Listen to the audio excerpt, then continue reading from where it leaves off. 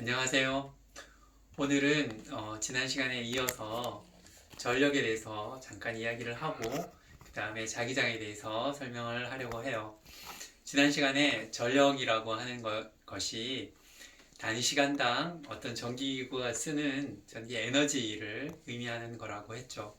그래서 우리가 선생님 지금 들고 있는 게 공기청정기예요.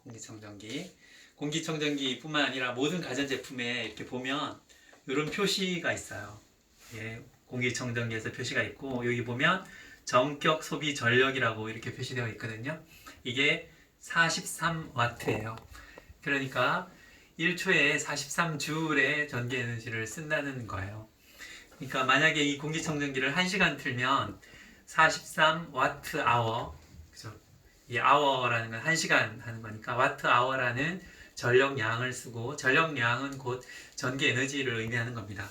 그리고 만약에 이 공기청정기를 10시간 한다면 43 곱하기 10시간 하니까 430Wh가 되겠죠. 그래서 이제 선생님이 과제로 내려고 하는 게, 과제로 이렇게 주고 싶은 것이, 여러분들 집에 있는 여러 가지 전기기구들이 있잖아요. 대표적인 전기기구 5가지만 정해서 그거의 소비 전력이 어느 정도인지, 그 다음에 그 전기기구를 하루 평균 몇 시간이나 쓰는지, 그렇게 해서 한 달 동안 통틀어 보면 한 달 동안 이 전기기구가 어느 정도의 전력량을 소비하는지, 그리고 1kW, 이제 1kWh라는 전력량에 대해서 전기요금을 내잖아요. 그 전기요금이 얼마인지를 계산해서 이 전기기구가 한 달 동안 전기에너지를 써서 여러분 집에서 전기요금을 얼마나 내는지 그런 것들을 한번 계산해 보면 좋겠어요. 자, 그러면 이거는 붙이고 이제 전기장에 대해서 설명을 해보고자 합니다. 이거는 이 물리학2 교과서 있죠. 이 물리학2 교과서에 있는 그 교과서 내용이에요. 그 교과서에 보면 전류에 의한 자기장 부분입니다. 우리가 교과서를 한번 살펴보면서 간단하게 넘어가도록 하겠습니다. 자기장을 MRI를 이용해서 MRI는 자기장을 이용하는 기구다 하는 설명이 있고요. 그 다음에 자기력선이라는 말이 있습니다. 자석이 있으면 자석 주위에 이렇게 나침반을 이렇게 놓게 되고요. 나침반을 놓으면 이 나침반의 N극이 가리키는 방향이 있잖아요. 그거를 쭉 이으면 이렇게 곡선이 되는데 그것을 자기력선이라고 불러요.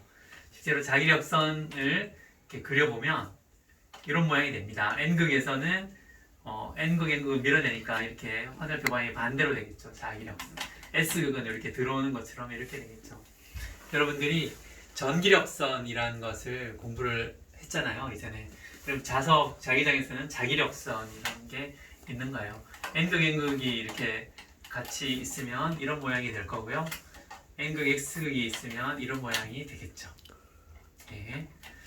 그 다음에 직선 전류에 의한 자기장이에요.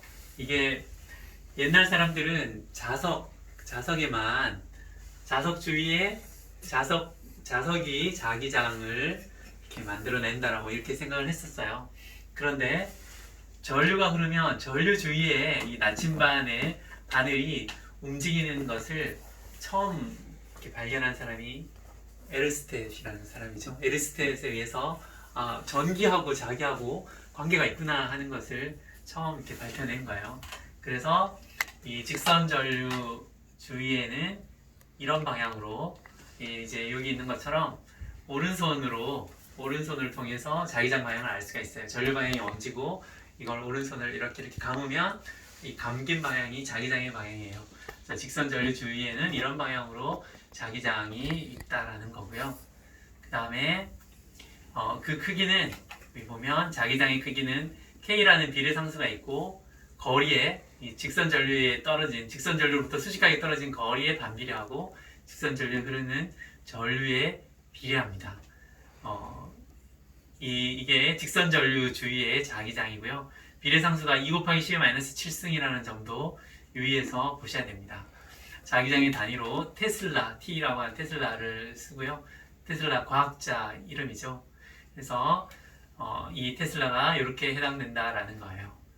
실제로 이렇게 전류가 흐르면 두 전류에 의해서 자기력선 모양이 이렇게 되고, 이게 전류 방향이 같은 방향일 때는 이렇게 오른쪽, 반대 방향일 때는 이런 쪽으로 됩니다. 그 다음에 이 원형 전류에 의한 자기장이 있어요. 이게 직선이 이렇게 구부러졌다고 생각하면 되죠. 직선 전류에 의해서 자기장 모양이 이런 모양이면 그 직선 전류의 부분을 다 합하면 원형 전류에 의한 자기장 모양을 알 수가 있습니다. 그래서 이때도 이 엄지 오른손을 이용하면 전류의 방향과 자기장의 방향을, 전류가 이런 방향으로 흐르면 자기장은 이런 방향이다 하는 것을 알 수가 있어요. 이 원형 전류의 중심에서의 자기장은 여기 있는 것처럼 아까랑 형태가 똑같은데, 여기서 R은 이 원형의 반지름을 의미하고요. I는 이 원형 도선에 흐르는 전류예요.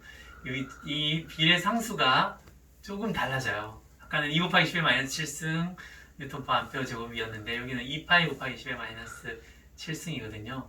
이게 왜 이렇게 되는지를 여러분들이 나중에 계약하면 공부를 하게 될 거예요. 비오사바르 법칙을 통해서 계산을 할 수가 있고요. 그 다음에 암페어 법칙을 통해서 좀 더 쉽게 이런 자기장을 계산할 수가 있습니다. 그 다음에 솔레노이드에 의한 자기장이에요. 솔레노이드는 이렇게 도선을, 이렇게 원형 전류를 여러 번 겹쳤다고 생각하면 됩니다. 이렇게 도선을 촘촘하게 이렇게 겹치면 이런 모양으로 자기장이 생깁니다. 이것도 이렇게 하나씩 이렇게 조금 자세하게 한번 생각을 해볼 필요가 있어요. 이게 전류 주위의 자기장은 아까 직선 전류의 자기장이 어떻게 생기는지 이야기를 했죠. 그게 다 이렇게 겹쳐지는 거예요.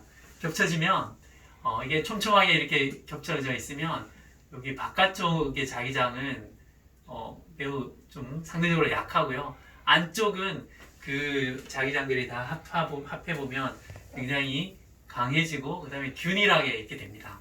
그래서 이런 모양으로 이렇게 되거든요. 솔레노이드의 자기력선하고 막대자석 주위의 자기력선 모양이 아주 비슷해요. 그죠? 그래서 이렇게 전류가 이런 솔레노이드 이렇게 코일처럼 이렇게 감아 있으면 이것과 자기장하고, 원래 자석이 N극 가까이 놓으면 밀어내잖아요. 이게 자기력선 모양이 같으니까, 이게 자기력선이 이렇게 나오는 것이 N극이고 들어가는 것이 S극이에요. 여기도 이렇게 나오고 있으니까 이게 N극이고 이게 S극이죠. 그러면 얘랑 얘는 서로 끌어당겨요. 만약에 여기다가 N극을 두면 이 자석하고 이 코일하고 서로 이렇게 밀어내거든요. 이런 것을 이용해서 여러 가지 전기 기구를 만듭니다. 그런 걸 활용합니다. 이때 이 솔레노이드에서의 자기장, 이 중심에서의 자기장이에요.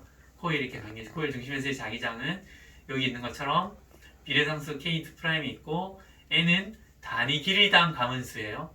이거 I는 여기에 흐르는 전류. 그러니까 전류에 비례하고 단위 길이당 얘를 얼마나 촘촘하게 감았느냐, 얘에 비례하고 비례상수는 이렇게 됩니다.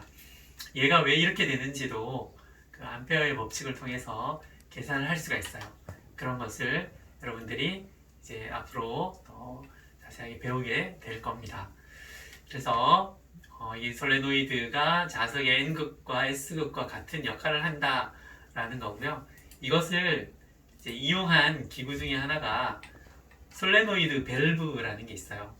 지금 보여드리는 거는 물리 1 교과서의 내용입니다.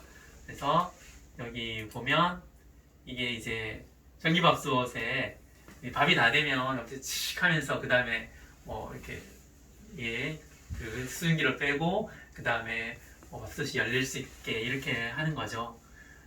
이거의 원리를 보면 이 안에 이렇게 솔레노이드가 이렇게 있어요. 그렇죠? 그리고 스프링이 있고 안에 어떤 자석과 같은 그런 것이 있고요.